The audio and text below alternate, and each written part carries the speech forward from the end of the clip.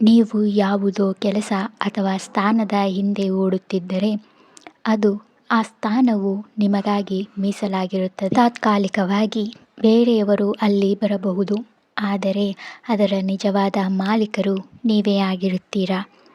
ಯಾವುದೇ ವಿಷಯದ ಹಿಂದೆ ಅತಿಯಾಗಿ ಓಡಬೇಡಿ. ನೀವು ಎಷ್ಟು ವೇಗವಾಗಿ ಓಡುತ್ತೀರೋ ಅದು ಅಷ್ಟೇ ದೂರವಾಗಿ ಹೋಗುತ್ತದೆ.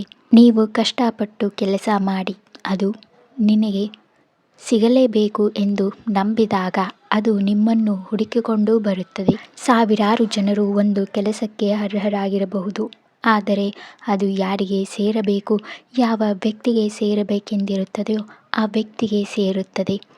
ಉಳಿದವರೆಲ್ಲೂ ಕೇವಲ ತಾತ್ಕಾಲಿಕ. ಆ ಸ್ಥಾನಕ್ಕೆ ನೀವೇ ಕಾಯಂ ವ್ಯಕ್ತಿ. ಆದ್ದರಿಂದ ನೀವು ಯಾವುದನ್ನು ಬಯಸುತ್ತಿದ್ದೀರೋ ಅದು ನಿಮ್ಮ ಕೈಯಿಂದಲೇ ಆಗಲು ಕಾಯುತ್ತಿದೆ. ಅದಕ್ಕಾಗಿ ನಾನು ಹೇಳುವುದು, ತಾಳ್ಮೆಯಿಂದ ಇರಿ. ನಾನು ನಿಮಗೆ ಭರವಸೆಯನ್ನು ನೀಡುತ್ತೇನೆ. ನೀವು ಯಾವುದಕ್ಕಾಗಿ ಕಾಯುತ್ತಿದ್ದೀರೋ ಅದು ಕೂಡ ನಿಮಗಾಗಿ ಕಾಯುತ್ತಿದೆ ಮತ್ತು ಅದು ಖಂಡಿತವಾಗಿಯೂ ಸಂಭವಿಸಿಯೇ ತೀರುತ್ತದೆ. ಎಲ್ಲರಿಗೂ ಶುಭವಾಗಲಿ.